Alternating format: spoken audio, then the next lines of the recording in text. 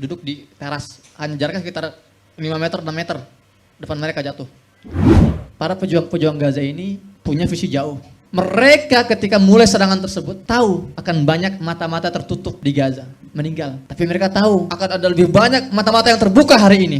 Ini satu dakwah, satu situasi. Kalau Anda mau perhatikan dengan jeli sebetulnya, ini ada ayat Allah yang sedang turun. Sekarang sedang ada people power di dunia ini. Dan alhamdulillah Indonesia yang paling kompak dari rakyat sampai penguasanya dan paling besar di dunia gerakannya. Allahu Akbar.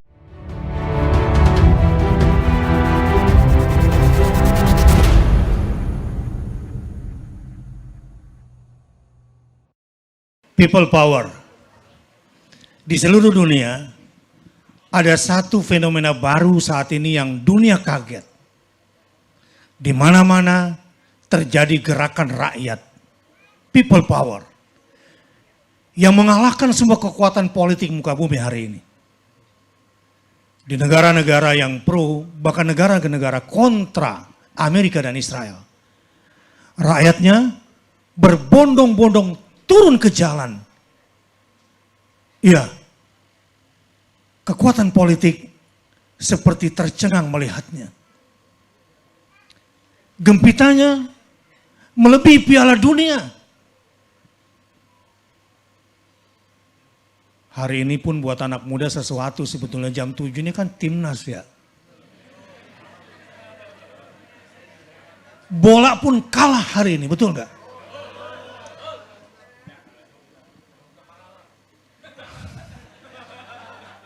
Dunia sekarang ini sedang terbelalak.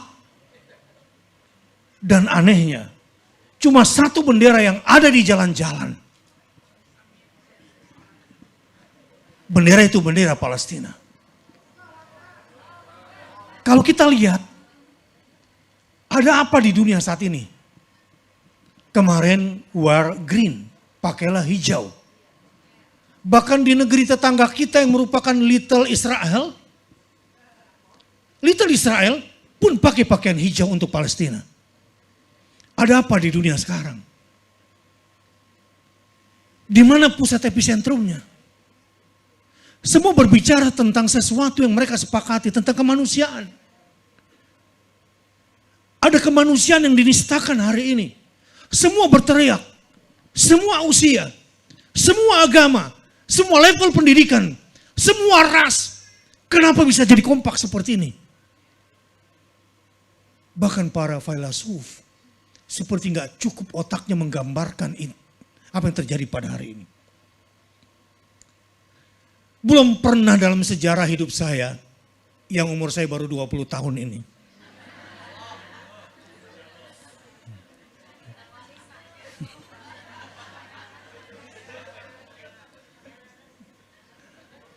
Belum pernah saya melihat dunia saya bawa seperti sekarang. Apakah Anda juga begitu?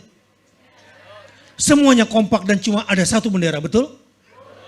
Kalaupun ada orang ribut-ribut Piala Dunia berbagai macam bendera, benar gak? Ini cuma satu bendera, bendera Palestina. Dan episentrumnya juga cuma satu. Gaza. Dunia seakan-akan dibangkitkan tentang adanya kejutan kebangkitan peradaban baru. Dunia menjadi tahu apa itu kemanusiaan.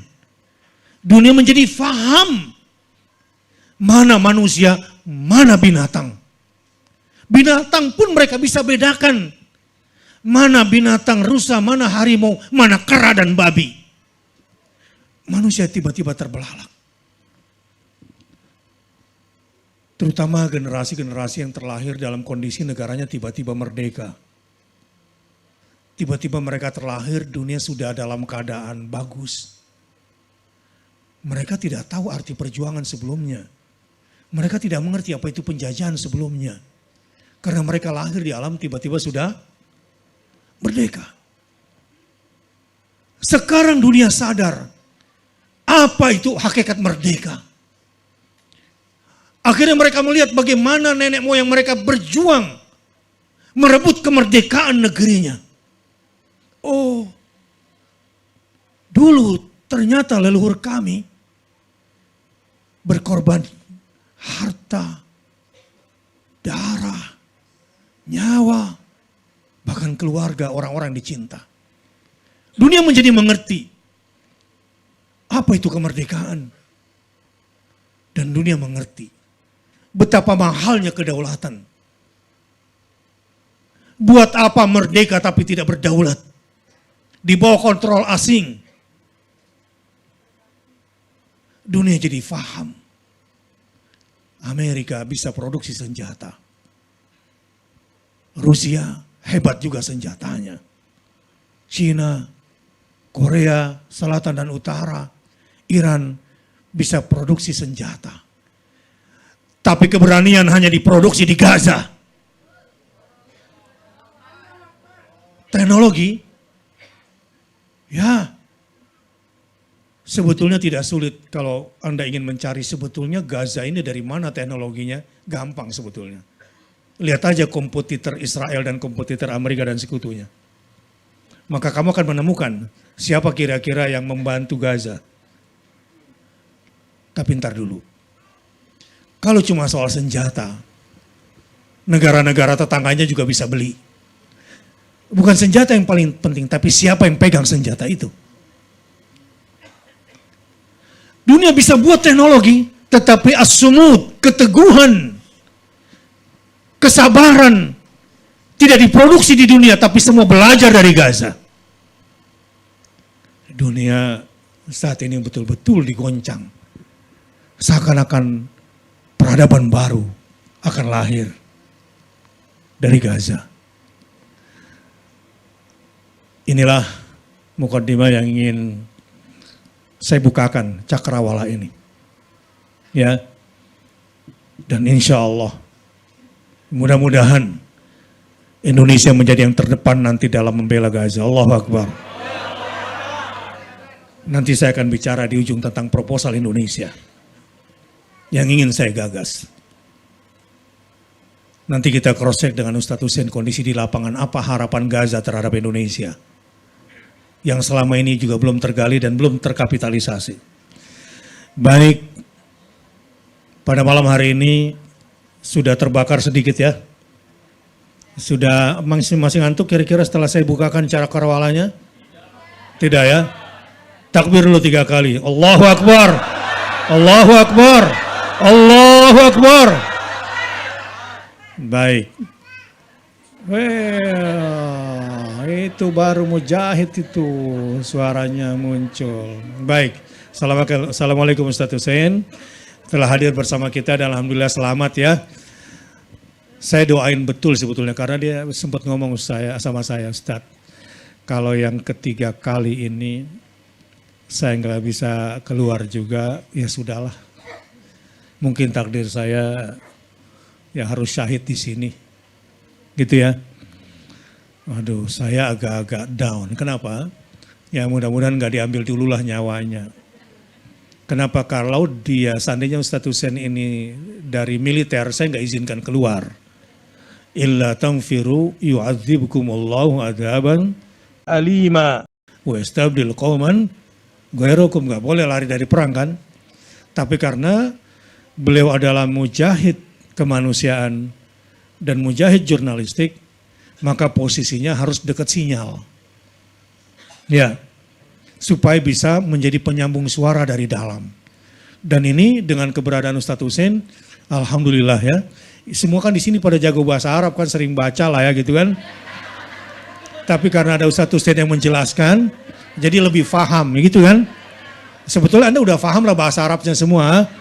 Itu bahkan sampai nangis saya lihat kalau dengerin Al Jazeera.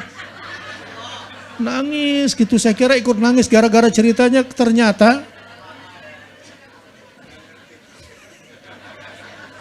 Kenapa pada nangis?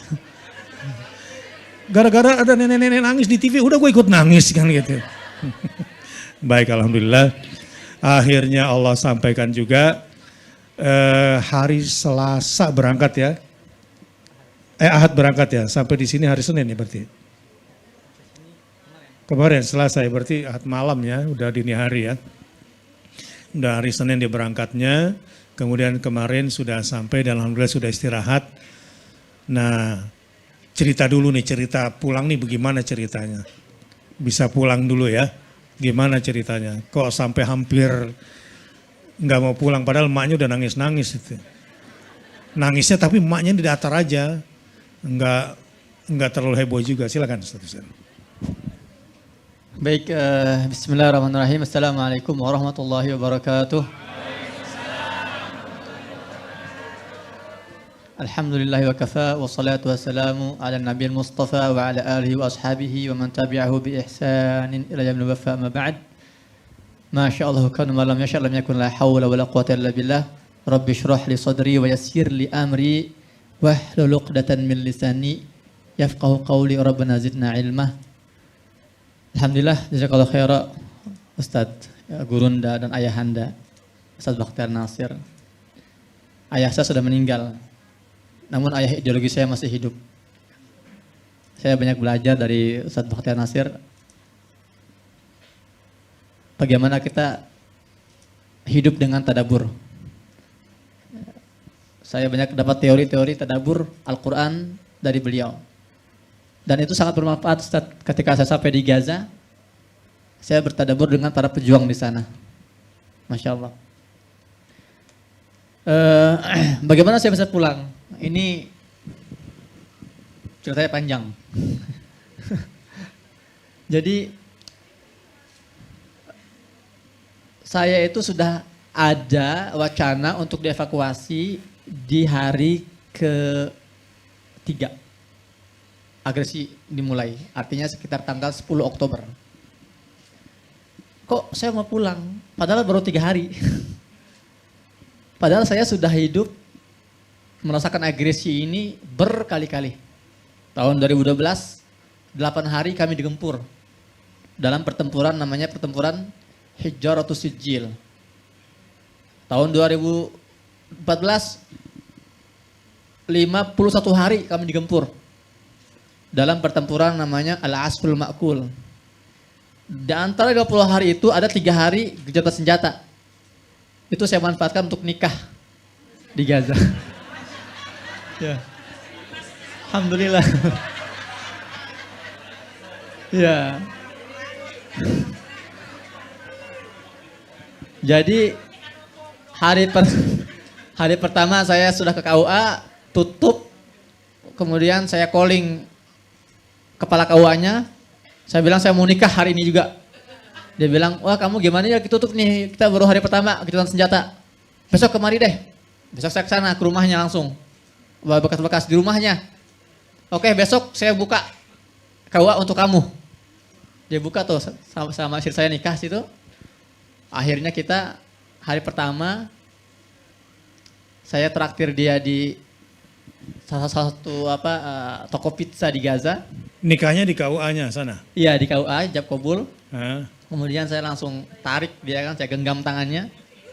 Udah halal ya. Akhirnya saya bawa ke toko pizza. Lagi anak-anak makan, tiba-tiba bum bum bum.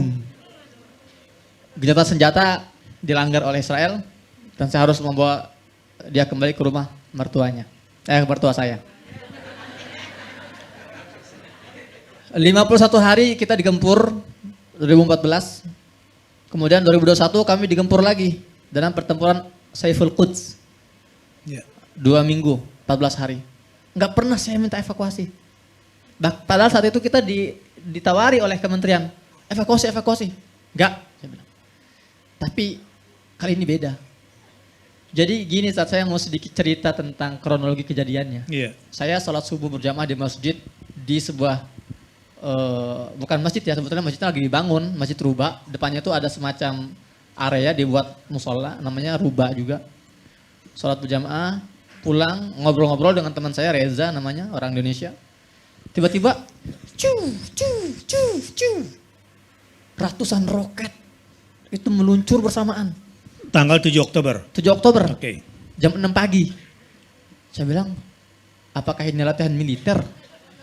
Karena biasanya ada latihan militer dan biasanya ada proses ngelempar roket. Iya. Saya cek di luar. Jadi biasa latihan itu ada ya? Ada biasanya, Ustaz. Tapi bisa cuma 1-2 roket dan itu arahnya ke laut. Oke. Saya lihat ini dari kanan Depan kiri semua ngarah ke Tel Aviv, saya bilang. Ini nggak mungkin perang biasa ini. Nggak mungkin latihan militer, saya bilang. Jadi belum ada informasi ke masyarakat? Belum, Ustaz. Oh. Belum. Saya cek WhatsApp, grup berita, media-media lokal. Nggak ada yang bersuara, saya bilang apa ini?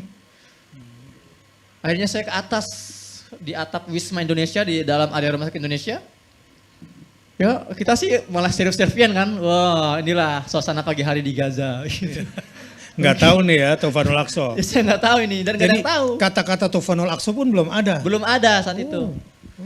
Itu ada sekitar 3 jam setelahnya. Jadi bayangkan selama 3 jam itu nggak ada serangan balasan. Dalam hati saya, wah ini benar-benar nih.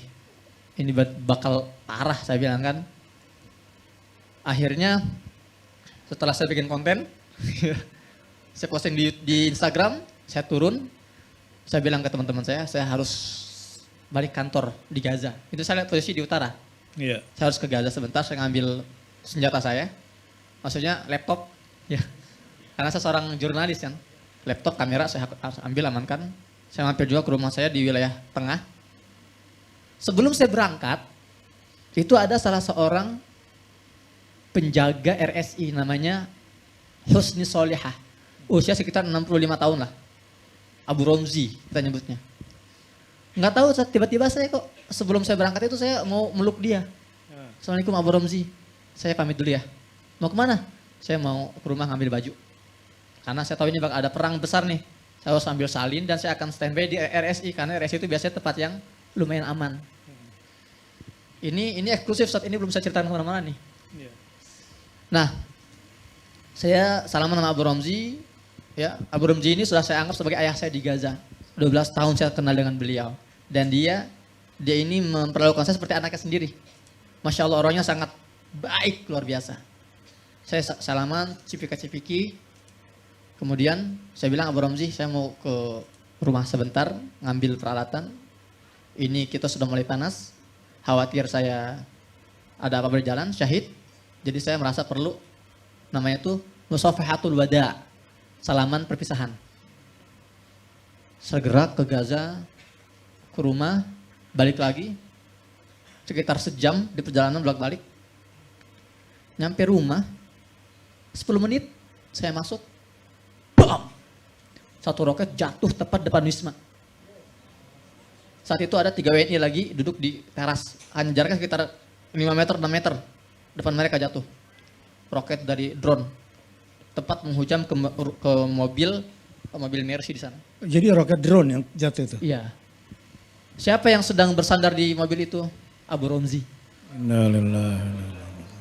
Masya Allah. Beliau syahid seketika.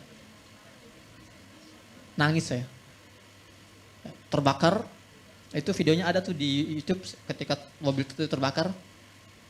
Saya bilang Masya Allah. Saya flashback 1 jam yang lalu. Ternyata Allah menggerakkan tangan saya untuk salaman dengan beliau. Pelukan perpisahan. Karena itu adalah pelukan terakhir saya pada Abu Romzi.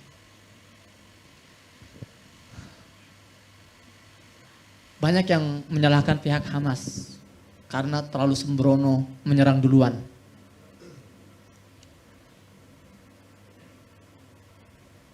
Katanya mereka tidak tahu konsekuensinya, gitu ya. Ini Hamas tahu gak sih konsekuensinya? Nyerang duluan, gitu kan? Antum lihat efeknya sekarang. Para pejuang-pejuang Gaza ini punya visi jauh. Mereka ketika mulai serangan tersebut, tahu akan banyak mata-mata tertutup di Gaza, meninggal.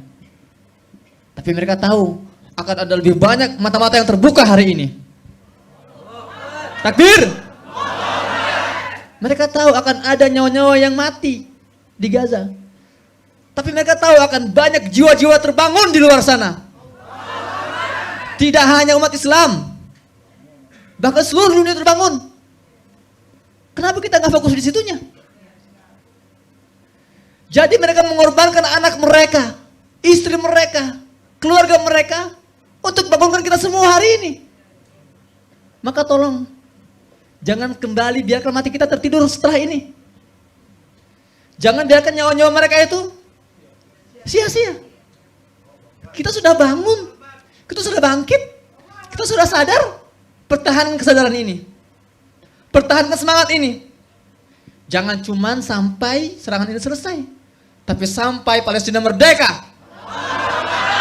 Sampai Masjidil Aqsa terbebas. Sampai kita semua sholat berjamaah di Baitul Maqdis. Takbir. Saya kembali ke pertanyaan Ustaz ya. 1 hari, 2 hari, 3 hari saya stay di Rumah Sakit Indonesia. Setiap hari saya mendapati menyambut ratusan jenazah ibu-ibu dan anak-anak. Ya Allah.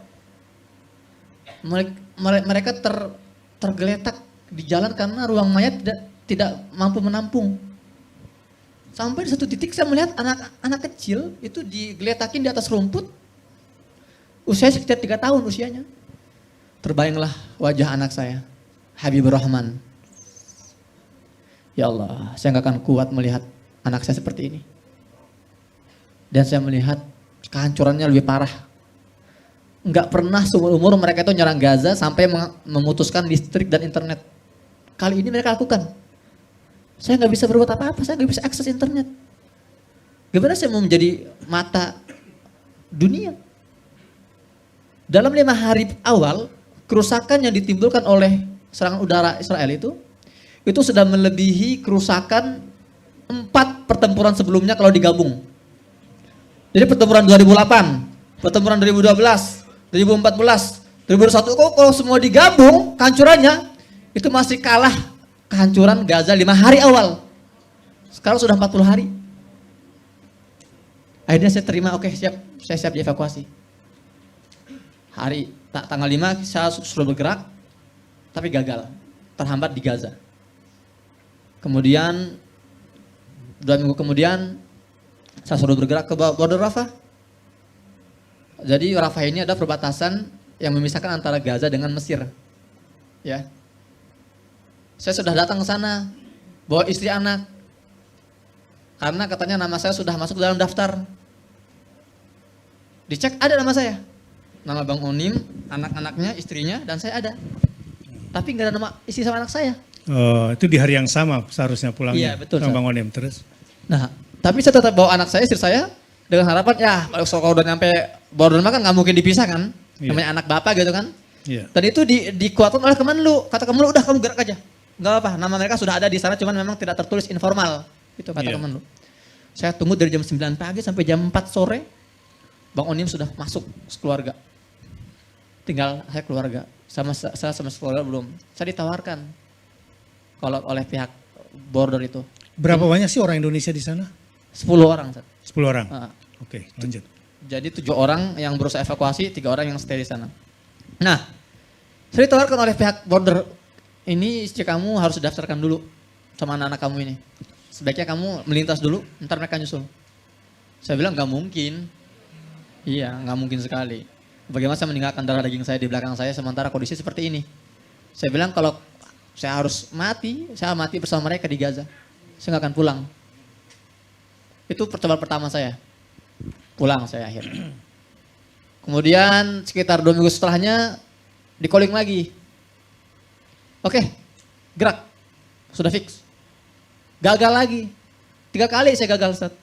Iya. 3 kali udah saya bilang nih. Dan perjalanan dari tempat kami ke Rafah itu perjalanan yang beresiko. Oh ya. Seperti apa resikonya? Perjalanan berapa menit, berapa jam? Sebetulnya hanya 20 menit nggak jauh, Ustaz. Iya. Cuman jalur Salahuddin ini jalur maut. Oh. Ketika saya bergerak dari wilayah Gaza ke utara ke selatan, Iya. itu saya sempat videoin di HP saya. Itu saya melihat ada bangkai-bangkai mobil Oh, yang ditembakin ya? yang ditembaki oleh serangan udara. Ya. Dan ketika saya bergerak ke Rafah itu nggak ada mobil di depan belakang saya.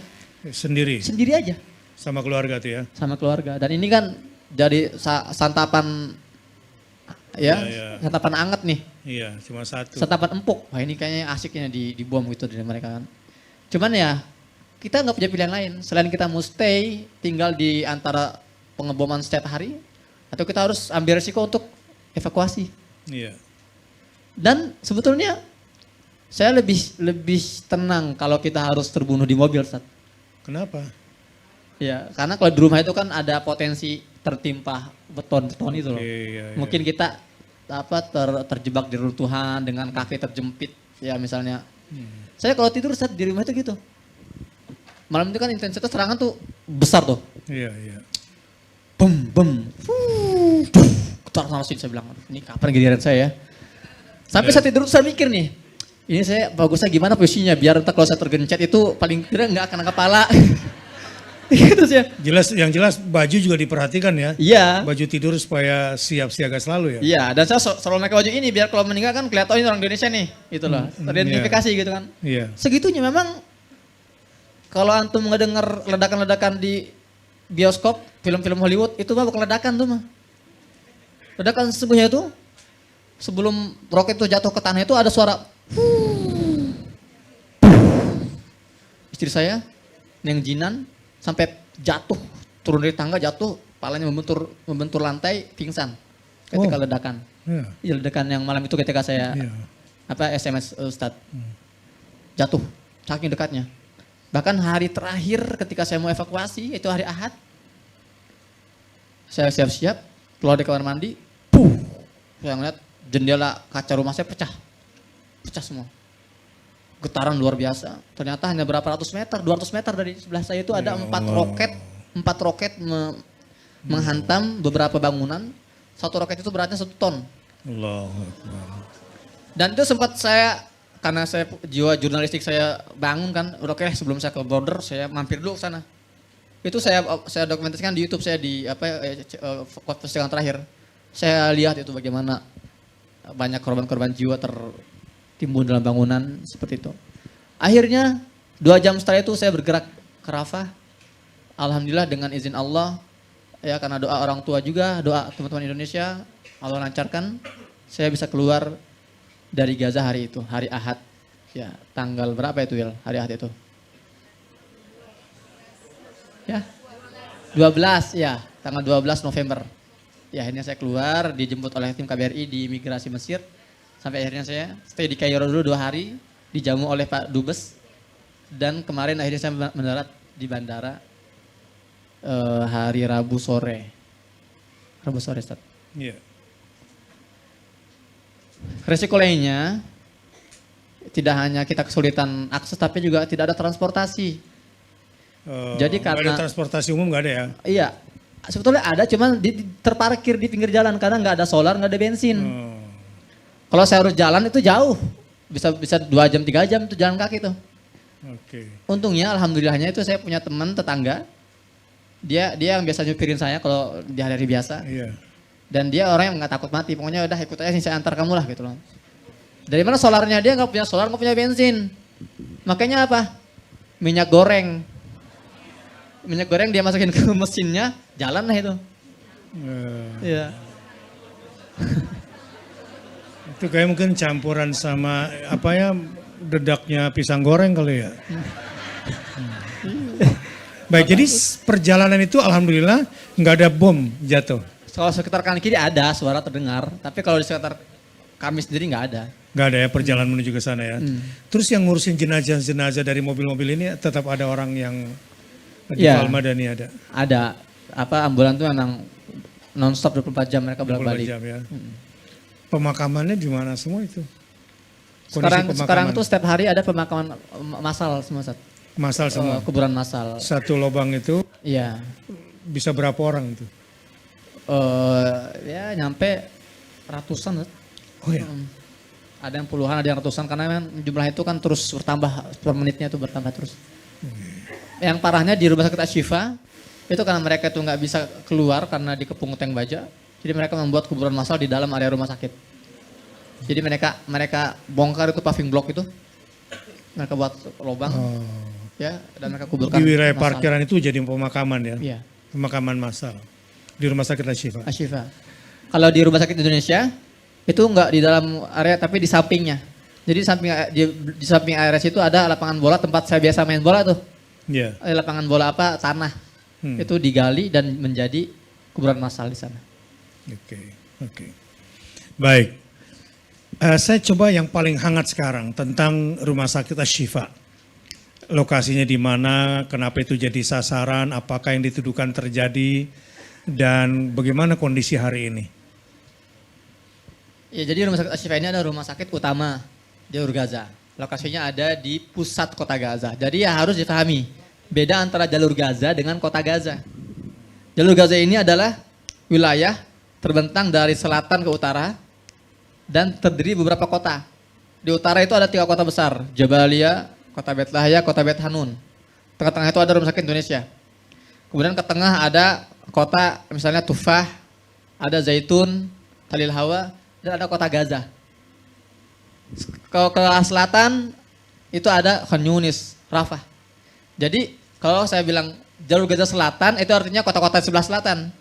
Tapi kalau saya bilang Gaza Selatan artinya di kota Gaza bagian selatan. Seperti itu.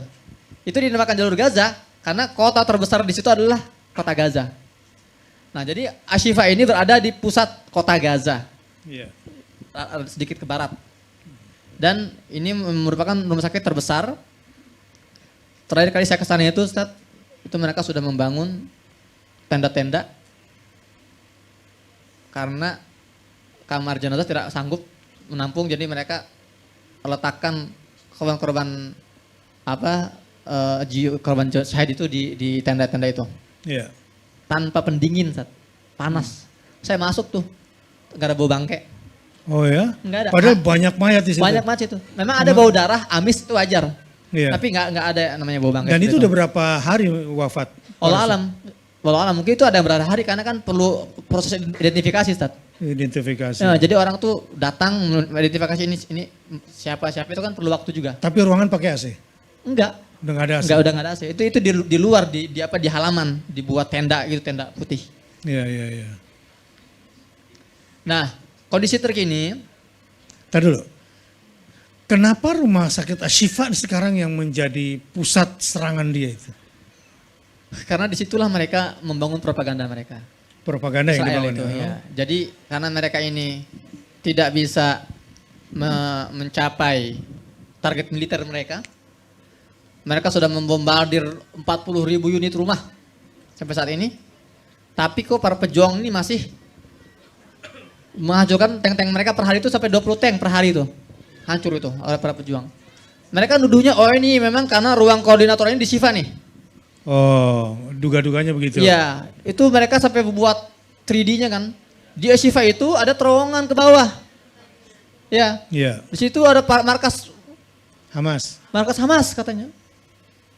Akhirnya mereka berusaha merengsek masuk untuk membuktikan, padahal itu sudah banyak disanggah oleh dokter-dokter Eropa yang pernah kerja di Syifa. Oke. Ada dokter yang sudah 16 tahun kerja di Syifa, sudah hafal banget setiap jengkal Syifa itu. Dia sudah mengatakan, saya siap debat dengan Netanyahu. Bahwa tidak ada, di situ nggak ada apa-apa. Iya, setanyahu. Iya, setanyahu. Kalau bahasa Jerman itu, Nutenyahu.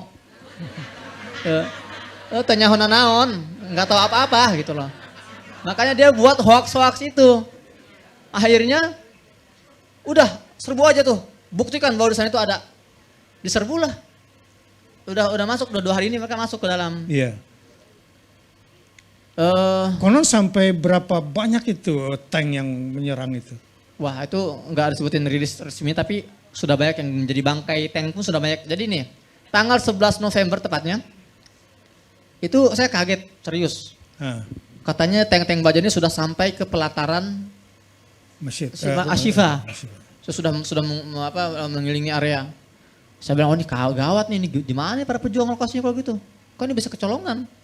Malam harinya, ternyata itu jebakan. Oh itu ternyata jebakan dari Hamas. Jadi memang kata om kita di Gaza, Om Abu Ubaidah. Iya. Ya. Abu Ubaidah. Dia menjelaskan, memang kami sengaja. Bukan Om, Abang. Abang. Akang ya kalau orang Sunda namanya Kang Abu Ubaidah, Kang Obed. Kang Obed. Kang Obed, oke lah. Nah, jadi memang sengaja di siang hari itu kita longgarkan pertahanan kita. Biar mereka masuk seolah mereka itu berhasil menembus. Di malam hari itu, Boom, bam, serangan, roket-roket para pejuang. Sampai saksi mata dari pihak dokter mengatakan apa? Kami mendengar teriakan takbir para pejuang diiringi rintihan tentara Israel. Oh ya? Malam hari itu. Malam hari itu. Jadi katakanlah ada puluhan atau ratusan tank barangkali di situ ya, mengepung. Dari mana tentara Hamas itu keluar dan seperti apa bentuk jebakannya? Jadi jebakannya tuh mereka tuh namanya tuh tasallul khalfi. Ya. Jadi mereka tuh yang punya banyak terowongan di beberapa titik yang tidak diketahui lokasinya. Ketika mereka, jadi terowongan ini gini, Sat. Mereka buat pintu masuknya, tapi pintu keluarnya belum mereka buat. Tapi mereka gali aja tuh. Cuma ada pintu masuk, nggak ada pintu keluar. Iya. Iya. Jadi nggak bisa deteksi. Jadi ketika dalam kondisi perang, mereka tinggal sodok dikit. Jadi Iya. pintu keluar apa misalnya? Pintu keluar namanya tuh towari itu lah, apa towari itu? Emergency. Heeh. Jadi mereka keluar dari beberapa lokasi yang nggak tahu di mana lokasinya. Pokoknya keluar, Iya. pam. Mulai mentarget tank-tank baja itu. Sampai ada salah satu pengawat militer Israel mengatakan kena lagi kita. Tukar mic. Ya. Kita kena lagi dia bilang. Kita sudah dikadali di 7 Oktober, sekarang kita kena dikadali lagi, kita dibohongi lagi. 11 November ini. Jadi banyak korban. Jadi tiba-tiba keluar dari belakang tank. Iya, dari beberapa tempat nggak tahu belakang atau samping, pokoknya mereka emang punya lubang-lubang yang tidak terdeteksi. Gitu. Akhirnya mereka mulai menghantam. Apa yang mereka bawa dari keluar dari terowongan itu? Kalau kita melihat rilis yang dikeluarkan oleh Kang Obed setiap hari itu kan mereka bawanya TBG, ya semacam RPG model TBG itu. Iya. Mereka sudah sudah mereka modifikasi.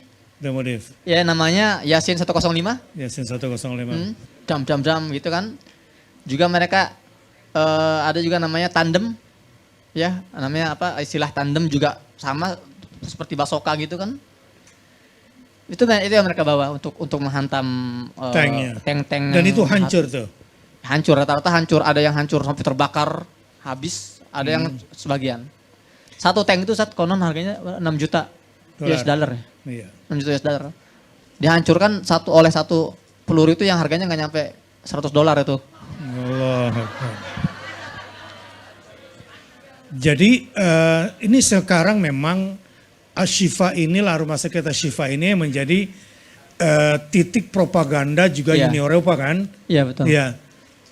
Kan mereka udah tahu bahwa di situ nggak ada apa-apa. Yang mereka duga itu kan ternyata tidak ada. Iya. Bahwa di situ bertameng manusia, di situ dia menyimpan semua perbendaharanya.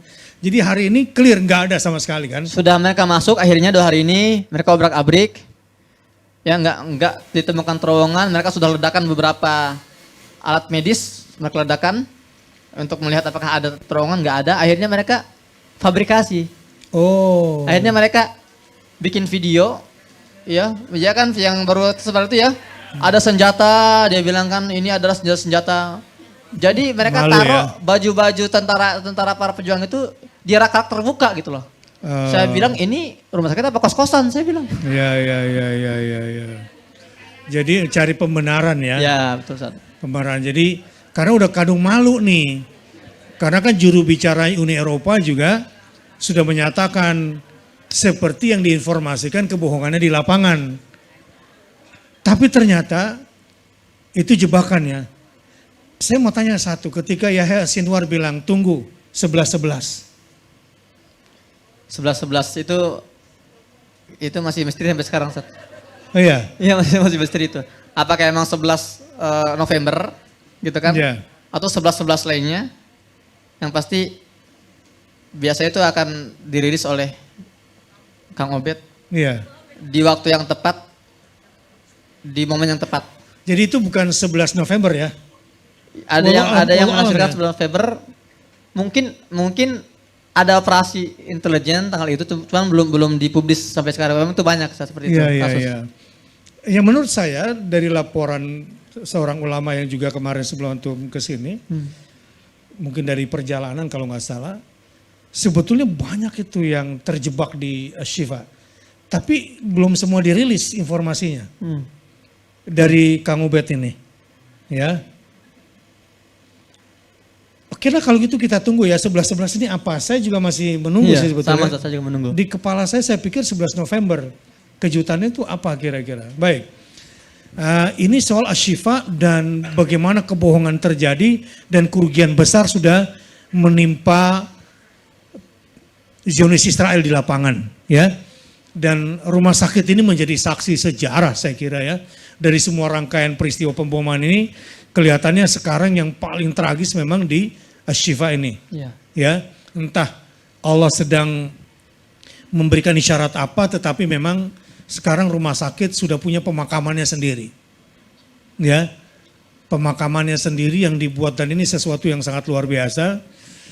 Dan mari kita semua tetap menatap mata ke sana dan Ustadz Hussein sengaja saya bilang antum boleh pulang tapi tetap harus punya mata di lapangan yang harus update.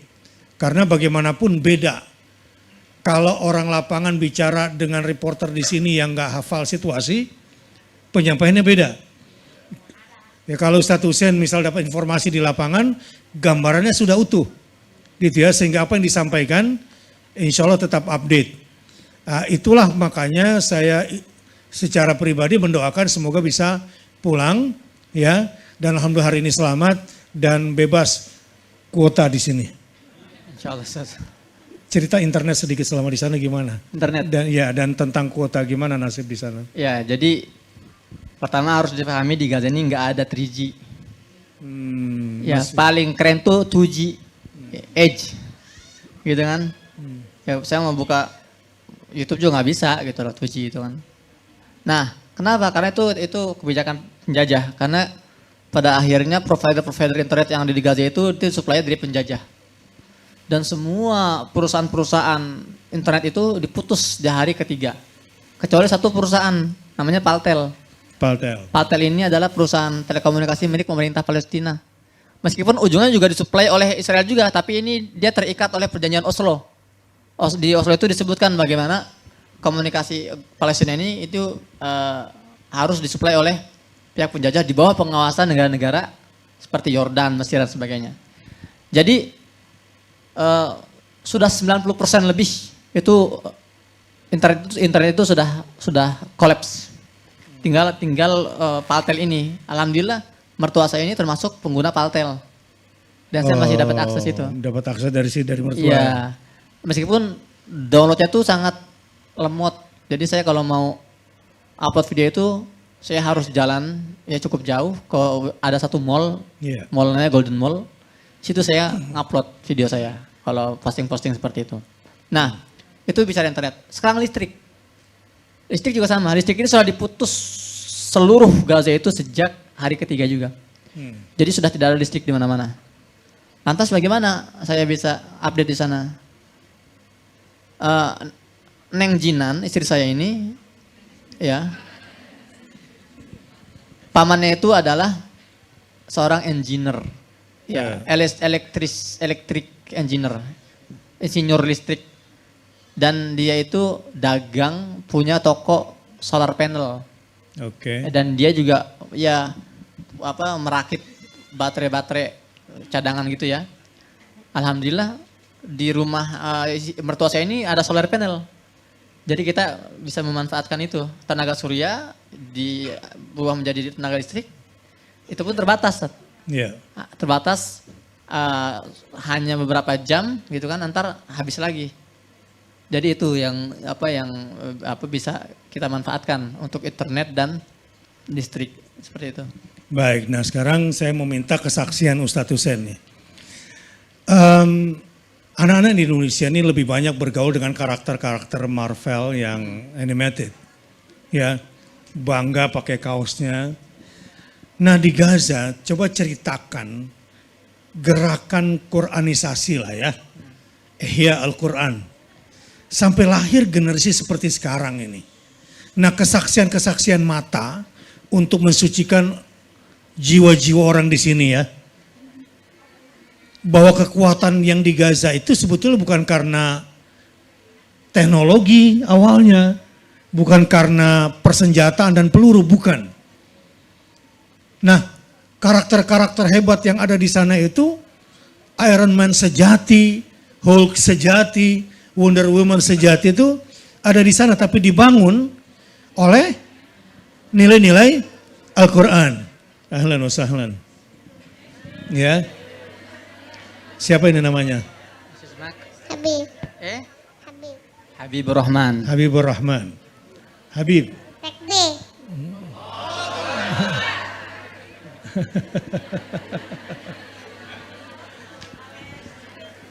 Baik. Apa kesaksian Ustadz Hussein ya terkait dengan agar anak-anak Indonesia, ibu-ibu Indonesia, pemuda-pemudanya dapat mengambil pelajaran yang paling penting berdasarkan kesaksian Ustadz Hussein, di mana mukjizat Al-Quran, karomah-karomah kesalehan itu terjadi di sana. Bagaimana sih sebetulnya Quran memberikan nilai kepada Gaza yang menjadi pusat epicentrum people power di dunia. Anda bayangkan, dunia yang tadinya nggak kenal Islam tiba-tiba menjadi tahu tentang Islam. Dunia yang nggak kenal apa itu Al-Quds, apa itu Al-Aqsa, tiba-tiba tahu tentang Badai Al-Aqsa. Ini satu dakwah, satu situasi. Kalau Anda mau perhatikan dengan jeli sebetulnya, ini ada ayat Allah yang sedang turun. Dunia ini tiba-tiba terdakwahi dalam tanda kutip, betul-betul kerja-kerja ilahiyah. Contoh begini. Coba ya, saya nih menjadi orang-orang yang salah satunya, saya kunjungi Ustadz Hussein itu 2012 di Gaza saat itu. Ketika terjadi pemboman mobilnya Komandan Al-Qassam Al-Ja'bari pada 2012 itu. Nah, setelah itulah Komandan Al-Qassam itu nggak boleh kelihatan. Ya, nggak boleh lagi kelihatan di publik dan nggak boleh dikenal. Karena pasti jadi sasaran bom. Begitu juga untuk orang yang salah paham, selalu bilang pimpinan Hamas di Qatar, pimpinan Hamas di Qatar. Ya udahlah, biarlah. Ya, bukan di sini tempat menjawab, biar nanti Ustadz Hussein yang mengcounter kenapa, gitu ya. Kenapa di Qatar? Ini berarti nggak ngerti sejarah dan nggak ngerti politik, ya, nggak ngerti sejarah dan nggak ngerti politik.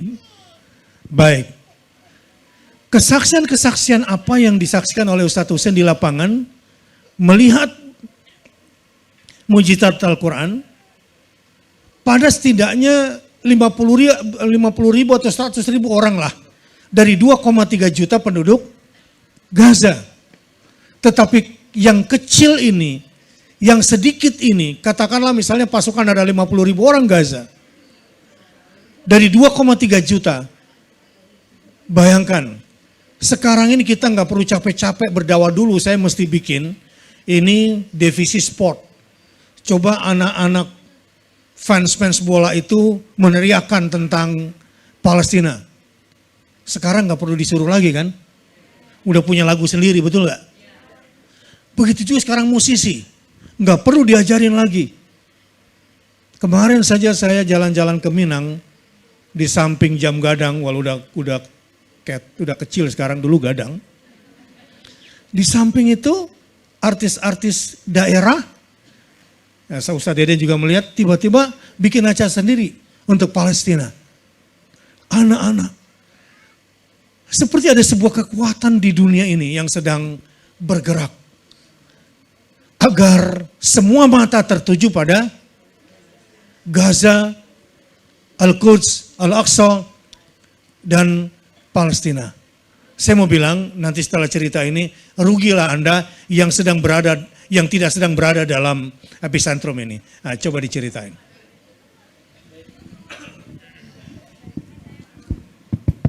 Bismillah. Kita melihat ketegaran Gaza mampu bertahan di bawah gempuran ini nggak bisa menggunakan logika. Ada yang bertanya suatu hari, anak muda, Ustadz, kenapa itu Israel kok nahan-nahan diri mau ngancurin Gaza? Mereka punya segalanya tuh. Kenapa mereka sengaja memelihara Gaza? Karena ada salah satu tokoh di Indonesia mengatakan memang mereka butuh Gaza katanya kan. Katanya Gaza ini, para Hamas ini buatan Yahudi gitu aja, sengaja tidak dihabiskan gitu kan. Nah makanya ini tipe orang yang menggunakan logika. Tapi kita nggak boleh menggunakan logika dalam memandang isu di Gaza ini. Kiai saya pernah berkata, itu yang selalu melekat di otak saya. Beliau mengatakan, ilmumu yang mengibiri imanmu, logikamu yang mengganjal keyakinanmu, rasiomu yang menghambat doa-doamu. Pernah dengar ini kata-kata siapa?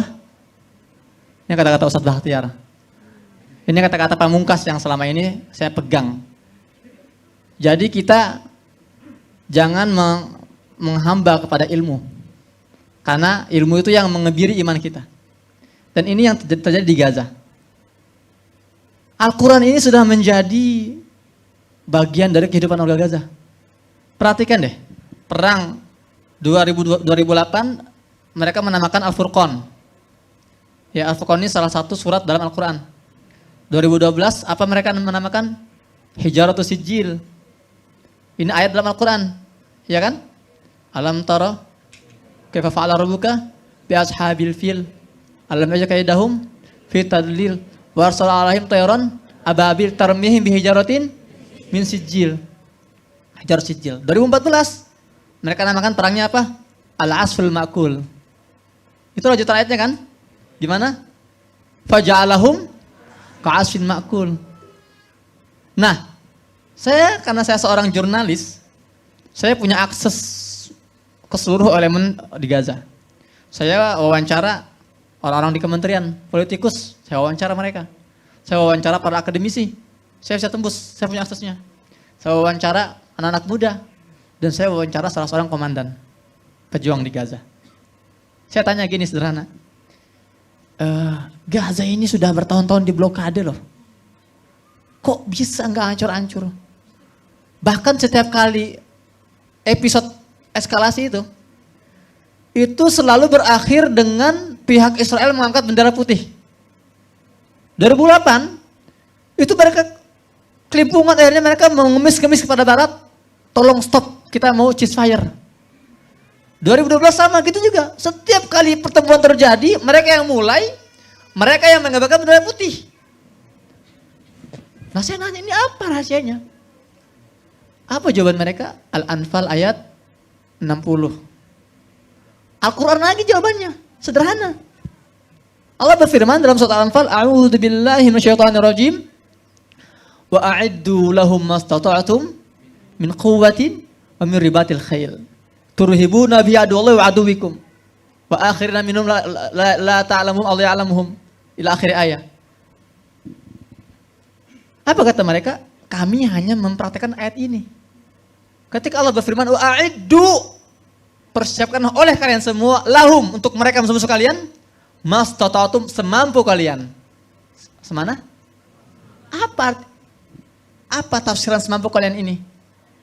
Ya, saya juga masih ingat Ustadz cerita antum. Ketika ada seorang anak muda mendatangi Abdullah Azzam, bertanya, wahai Syekh, Abdullah Azzam ini orang Palestina yang menghabiskan mayoritas hidupnya itu di Irak, Afghanistan. Ya, dia dokter di bidang hadis.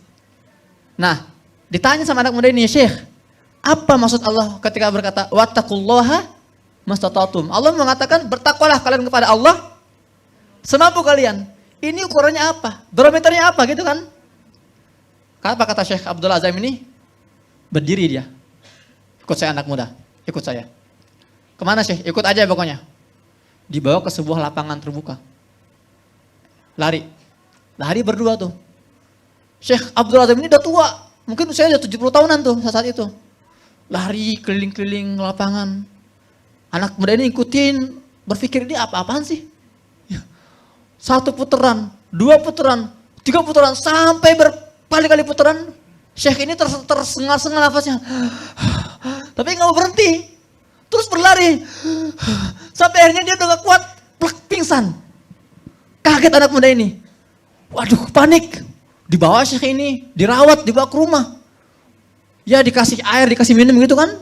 Sampai siuman. Ketika siuman ditanya sama anak muda ini, Syekh, kan saya nanya tafsiran mamastata'tum semampu kalian, kok malah muter-muter sih sampai pingsan lagi? Apa kata beliau? Kalau Allah perintahkan kamu berlari, jangan berhenti sampai Ia yang menghentikan. Paham ya? Jadi kalau Allah mengatakan berlari kamu, semampu kalian, lari, jangan berhenti sampai Allah yang hentikan. Kalau Allah mengatakan bertakwa kepada Allah, sampai kapan ya Allah? Sampai Allah yang menghentikan. Sama dengan ayat An-Nafal ini, surat An-Nafal. Jadi saya kembali ke ayat tadi. Ketika Allah mengatakan wa'iddu lahum mastata'tum, perintahnya jelas.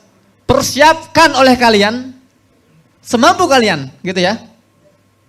Min quwwatin wa min ribatil khail. Persiapkan kemampuan memanah kalian. Kuat itu dalam satu syarat memanah. Kalau udah sekarang mungkin menembak gitu ya, persiapkan, pokoknya siapin aja. Ya, kemudian kemampuan berkendara. Konsekuensinya apa? Turhibuna bi adallah aduwikum wa aduwakum. Katanya, kalau kalian sudah persiapkan, itu pasti akan menggetarkan musuh-musuh kalian. Intinya persiapan semampu kalian. Nah, apa persiapan itu? Bagaimana warga mempersiapkannya warga Gaza? Di Gaza ini ada 2 jenis syuhada. Satu namanya syuhada ma'arakah. Mereka yang meninggal dalam pertempuran. Satu namanya syuhada i'dad. Mereka yang meninggal dalam proses i'dad, persiapan. Jadi latihan militer mereka itu nggak berhenti sampai Allah yang menghentikan. Itu banyak kasus. Mereka berlatih merakit roket. Latihan serius. Nggak berhenti setiap hari itu. Sampai boom, ledakan terjadi, baru mereka berhenti. Allah yang, itu persiapan. Contoh lagi apa? Terowongan-terowongan bawah tanah. Itu, antum kira mereka pakai apa? Eksavator itu? Pakai tangan. Tahu berapa kilometer terowongan Gaza itu? 200 kilometer. Gaza itu dari ujung utara ke ujung selatan cuma 48 km jaraknya. 48 km. Tapi mereka menggali jauh 200 km di bawah tanah itu. Wa'idul lahum mastata'tum. Jadi orang Gaza ini punya keyakinan, udah kita persiapan aja semampu kita. Jangan mikir menang kalah. Allah yang akan menentukan. Pokoknya Allah sudah janji, kalau kalian itu mempersiapkan diri semampu kalian, konsekuensinya adalah turihbuna bihi adullah wa aduwakum. Pasti mereka akan hancur, akan gentar oleh persiapan kalian. Dan ingat ya, ketika Allah berfirman wa'idul lahum ini bukan hanya untuk orang Gaza. Untuk kita semua. Kita punya kewajiban yang sama untuk mempersiapkan diri kita. Antum kuliah di bidang apa? Engineering. Wa'idul lahum mastata'tum. Antum di bidang apa? Misalnya, saya di bidang kedokteran. Wa'idul lahum mastata'tum. Jadi persiapan inilah ya Allah nilai. Kalau kita persiapannya semau kita, bukan semampu kita, nggak akan bisa menggetarkan musuh-musuh kita. Jadi sekali lagi mereka selalu mengembalikan semuanya pada Al-Quran. Termasuk Ustadz ketika mereka ini berhadapan dengan tank baja, itu mereka nggak sambil diem mulutnya, sambil membaca apa? Wa ja'alna min baina aydihim sadda wa min khalfihim sadda fa aghshaynahum fahum. Surat Yasin. Akhirnya ketika mereka membawa itu kalau terjemahan itu kan adanya agar kami menjadikan mata depan tertutup, belakang tertutup, dan mereka tidak bisa melihat. Makanya jangan kaget ya kalau kita lihat cuplikan itu, mereka tuh nembak itu di depan tank baja loh. Dan tank Merkava ini punya fitur kamera 360 derajat. Artinya kalian mau dimanapun itu kelihatan sama tentara itu. Oh ini ada tentara nih, ini tentara nih. Dan mereka punya kekuatan teknologi zoom itu sangat, bukan kayak HP kita, zoomnya cuma berapa. Mereka sudah sangat canggih. Tapi itu mereka tidak bisa mendeteksi para pejuang yang berada hanya beberapa meter dari mereka. Itu karomah. Itu buah dari persiapan mereka. Dan di antara i'dad mereka, persiapan mereka itu, mereka membangun berbagai replika-replika Merkava. Mereka buat itu. Jadi mereka pelajari di mana kelemahannya, jarak tempuhnya berapa kilometer per jam, kemudian juga ukurannya semua dipelajari. Jadi mereka tuh nggak main-main. Jadi bukannya Israel ini dia nahan diri, enggak, memang mereka nggak mampu. Karena mereka perhitungan logika. Gaza sudah diblokade sejak 2006, mereka pasti lemah nih. Mereka pasti tidak bisa berbuat apa-apa nih. Ternyata mereka setiap kali episode pertempuran berlangsung, mereka merilis senjata-senjata baru. Masya Allah. Ya itu satu. Ada kekuatan langit yang dilupakan. Jadi kenapa dunia Islam saat ini kok kayak ketakutan menghadapi Israel dan sekutunya? Ya, mungkin salah didik. Nggak pakai Quran, pelajaran sainsnya, pelajaran militernya. Kalau melihat hanya senjata bumi saja, ya pasti ngeri, nggak mungkin berani kan?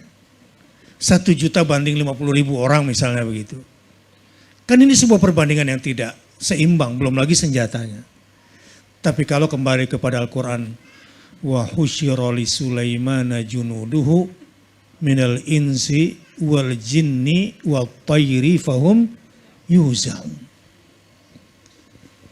Katakan itu kampungnya Sulaiman alaihissalam atau wilayah kekuasaan Sulaiman. Pasukan Sulaiman di bumi ini di luar tentara. Di luar tentara itu ada pasukan apa? Jin, manusia, dan burung. Mereka semua dibagi tugasnya. Kita belum bicara tentang malaikat-malaikat Allah. Di bumi saja pasukan-pasukan orang beriman. Kalau Quran yang dijadikan sebagai pegangan dalam perjuangan, dalam jihad fisabilillah, maka tidak akan terkalahkan. Belum lagi pasukan dari langit. Ini yang dilupakan.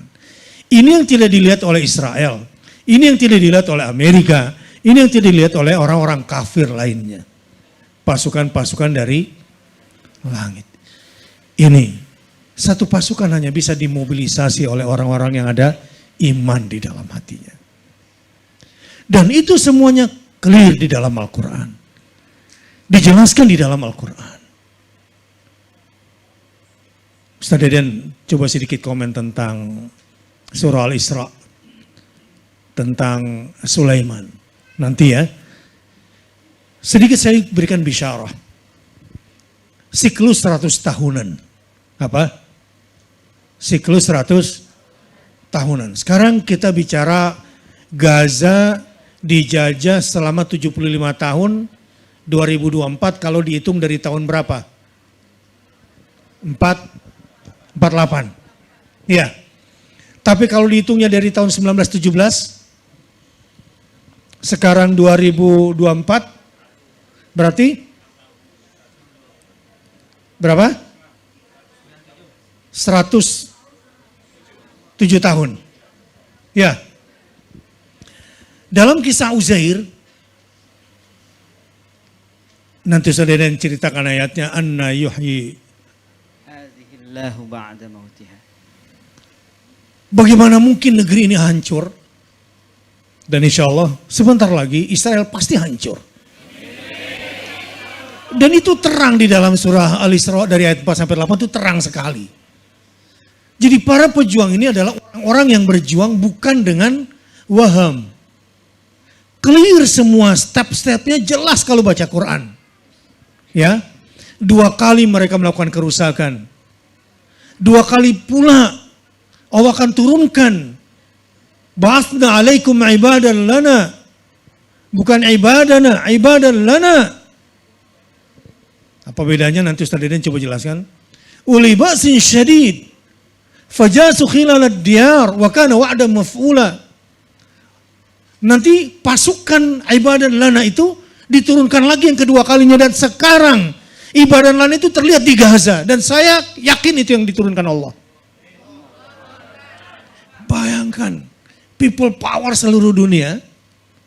Terjadi. Epicentrum di situ. Semua senjata-senjata diuji coba di situ belum selesai. Ini contoh kasus ibadah lana uli ba'sin, pasukan dari hamba Allah yang tunduk pada titah Allah, perintah dan larangan Allah. Dan mereka akan membantai habis-habisan nanti orang-orang Israel itu. Sebagaimana mereka membantai perempuan mereka dibantai. Sebagaimana mereka membantai anak-anak mereka pun dibantai.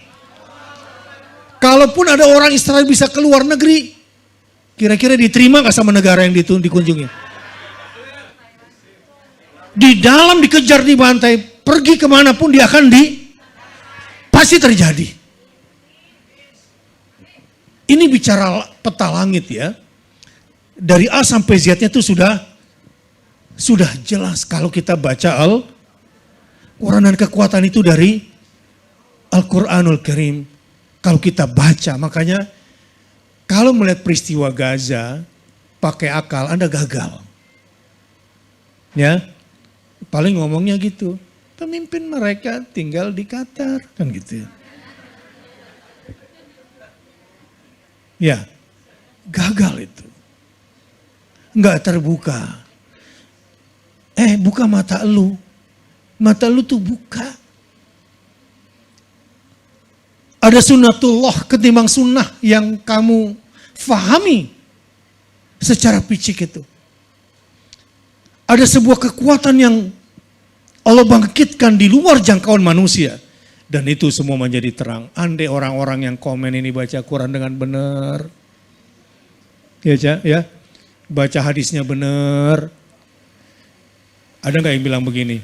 Ya udahlah nanti tunggu Imam Mahdi. Ya Allah. Lalu di mana memahami ayat wa in udtum udana. Ini kan sebuah siklus yang harus terjadi.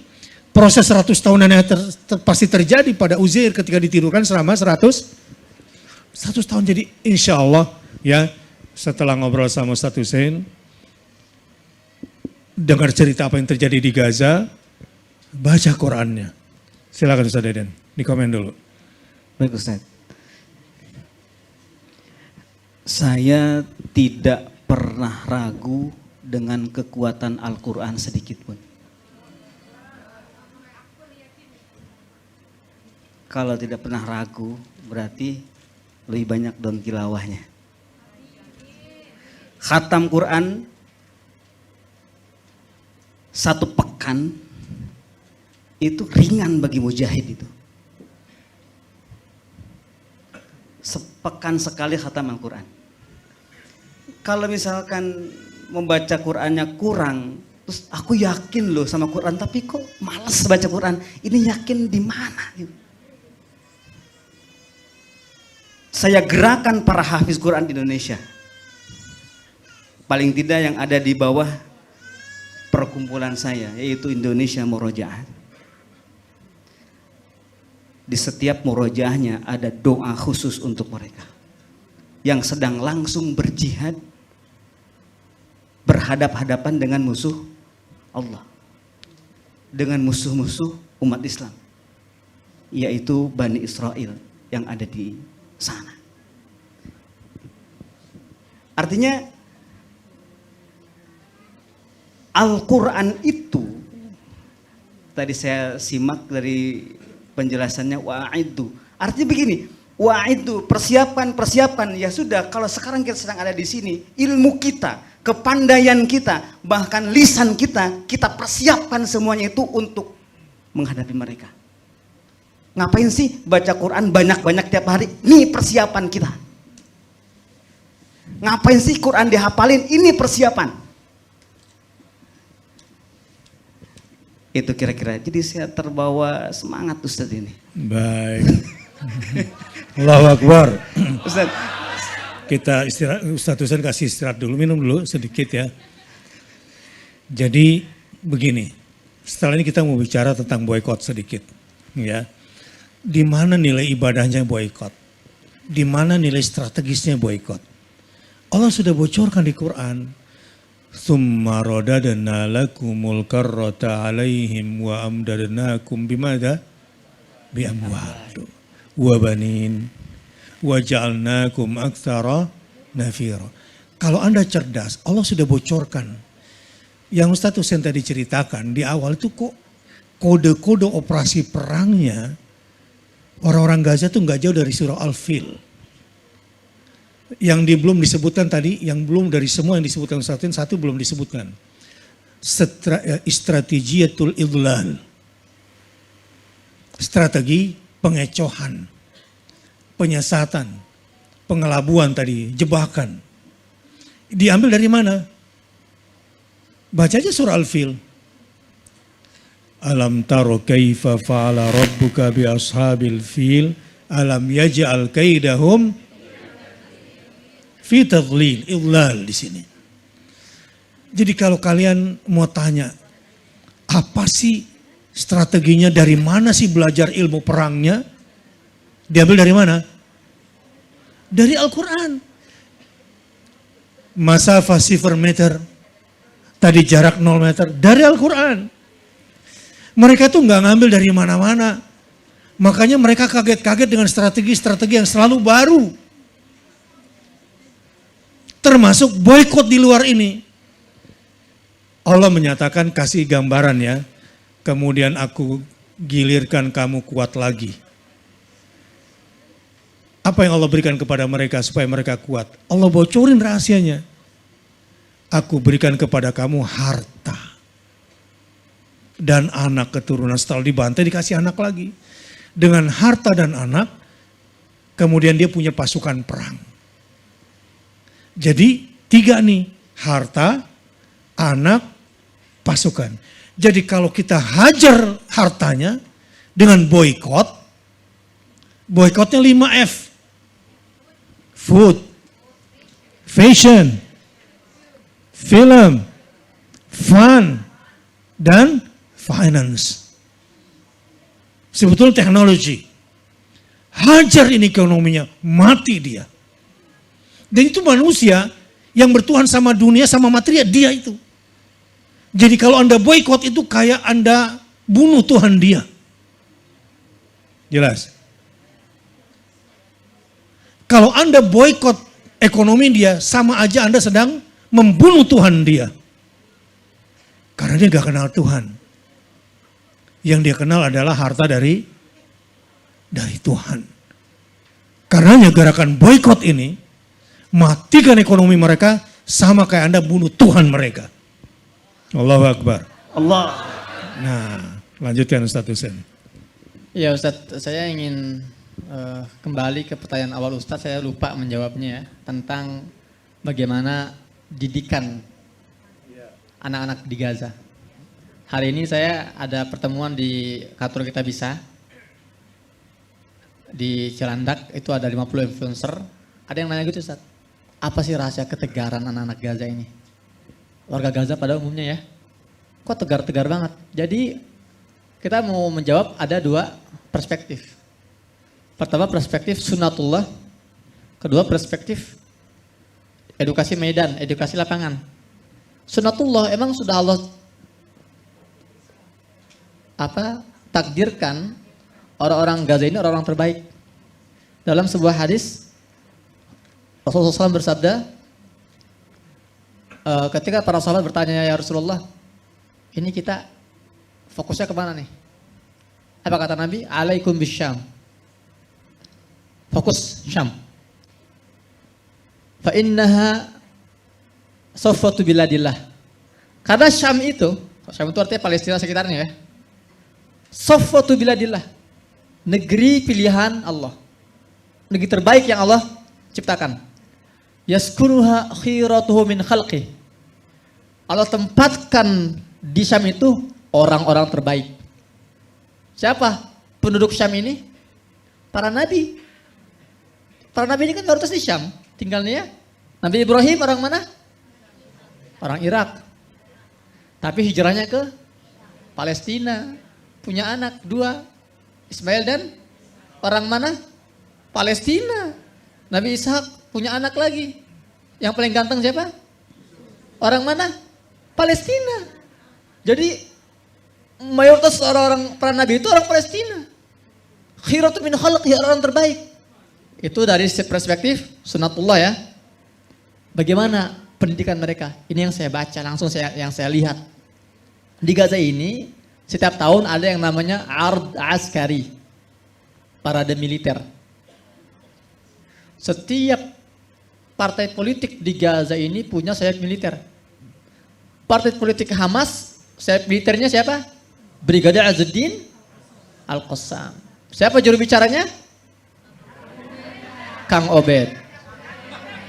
Ya. Partai Ormas Jihad Islami, sayap militernya namanya Brigade Al-Quds. Sampai gerakan Fatah, yang kita kenal ini partai sekuler, punya sayap militer. Namanya Brigade Syuhada Al-Aqsa. Dan semua faksi-faksi ini bertempur berdampingan hari ini. Takbir. Jadi jangan bilang ini pertempuran antara Hamas Israel, bukan. Pertempuran antara para pejuang Gaza melawan Israel. Jadi kalau masih ada yang mengatakan Hamas Fatah ini akan konflik terus, ini narasi basi. Ya. Ini orang-orang yang ketinggalan zaman, gitu ya, cupu, out to date. Nah, makanya setiap tahun di Gaza ini ada namanya Ard Askari. Masing-masing faksi ini memamerkan pasukannya dan seluruh senjatanya. Bayangkan antum ya, ngelihat Abu Ubaidah saja sudah gemeter kan? Bayangkan ada ribuan Abu Ubaidah berdiri, membawa senjata, berjalan dengan di belakang itu roket-roket para pejuang. Itu dipamerkan sengaja. Kemudian apa? Toilet Ababil, itu drone-drone buatan lokal. Kemudian RPG Yasin 105. Jadi untuk apa parade militer ini? Ini untuk menginstal kepada anak-anak Gaza. Inilah superhero kalian. Ya. Inilah impian yang kalian tuju. Jadi nggak seperti anak-anak kita hari ini. Yang diinstal itu kan superhero-nya siapa? Spider-Man, Pokemon. Ya. Kira-kira anak-anak kita misalnya, wah ini Spider-Man kuat banget, saya pengen jadi Spider-Man. Bisa gak jadi Spider-Man? Gak bisa, imajinasi itu. Beritahu para penjajah bahwa kami tidak akan pernah tinggalkan tanah kami. Ya. Inilah paradenya ya. Jadi bukan badut di jalanan. Ya, bukan gambar-gambar yang bakal nipu di pinggir jalan itu. Ini yang membuat salah satunya menurut Ustadz Hussein ya. Baik. Bersyukur ya pada malam hari ini. Terima kasih kepada Ustadz Hussein yang bisa datang pada malam hari ini. Dan insya Allah nanti saya akan coba koordinasikan bagaimana caranya agar Indonesia. Saya belum bicara tentang proposal Indonesia. Sekarang sedang ada people power di dunia ini. Dan alhamdulillah Indonesia yang paling kompak dari rakyat sampai penguasanya dan paling besar di dunia gerakannya. Allahu Akbar. Bagaimana? Kita sudah lakukan dan terbanyak sedunia insya Allah. Saya pengen satu hari nanti saya bocorkan proposal Indonesia kita. Tapi nomor satu isinya adalah free Palestine. Dua isinya adalah ya mahkamah internasionalkan penjahat perang. Seluruh tentara Israel itu dan panglima dan Perdana Menterinya. Allahu Akbar. Dan kita tuntut semua ongkos perang dan kerusakan yang ditimbulkan Israel harus bayar semuanya. Bagaimana kalau kita itu nanti bacakan bersama-sama di Monas dari penguasa sampai ke bawah, lupakan perbedaan dulu. Kira-kira siap kumpul nggak 10 juta orang di Indonesia? Takbir! Takbir! Siap jadi panitia? Baik, terima kasih. Selamat jalan. Dengan ini kita tutup. Subhanakallahumma bihamdika asyhadu an la ilaha illa anta astaghfiruka wa atubu ilaik. Wassalamualaikum warahmatullahi wabarakatuh.